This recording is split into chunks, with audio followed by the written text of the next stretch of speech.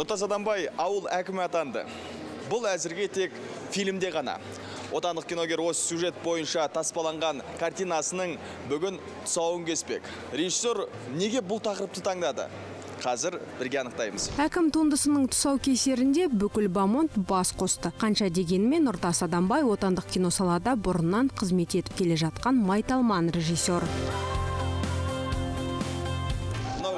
Қаншасыншы туынды әкім? Әкім менің 8-ші картинам. 8-ші кино, иә. 8-ші фильм, тәжірибе бар, рахаттанып ұйықтаған шығарсыз бүгін, уайымдамай ештеңен.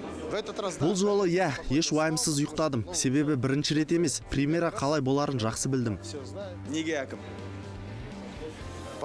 Себебі бізде мұндай фильм болған жоқ. Жаңа тақырыпта тың туынды таспалауды жөн көрдім. Сондықтан осында ерекше мамандық иесі, ерекше құбылыс әкімді таңдадық.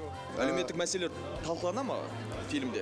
Әрине, біз әртүрлі маңызды мәселелерді көтереміз. Оны көрерменнің өзі келіп тамашалағаны жөн, әйтпесе қызық болмайды. Нұреке, «Слуга народа» түсірілді. Содан кейін Зеленский президент болды. Сіз әкім деген туынды түсірдіңіз. Ондай мақсатым жоқ.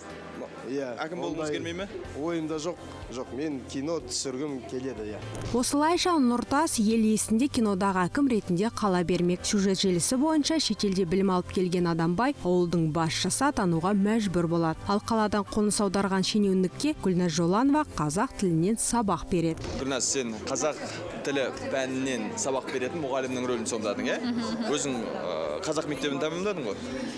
Иә, қазақша садикке бардым, қазақ мектеп бітірдім, бакалавриат, магистратура бәрін қазақша. Бәрі қазақша. Демек, қазақ тілінен мінсізсің. Сабағың қалай болды? Енді қазақ тілі жақсы болды, себебі мен туған жерім Маңғыстау өңірі. Онда бәрі толықтай қазақша өте жақсы біледі, жақсы сөйлейді. Тіпті орысша сөйлемейді. Қазақ тілі пәнінің мұғалімінің рөлін сомдағаннан кейін саған осы қазақ тілі пәні бойынша сұрақ қойғым келіп тұр қазір. Бастауыш және баяндауыш ережелерін білетін шығарсың? Иә. Айта бер онда. Бастауыш және баяндауыш бұл сөйлемнің жаңағы басты Бастауыш бұл зат есім, баяндауыш бұл етістіктен тұрады. Иә, тұрлаулы сөздер ғой. Бастауыш былай белгіленеді, баяндауыш екі сызықпен белгіленеді.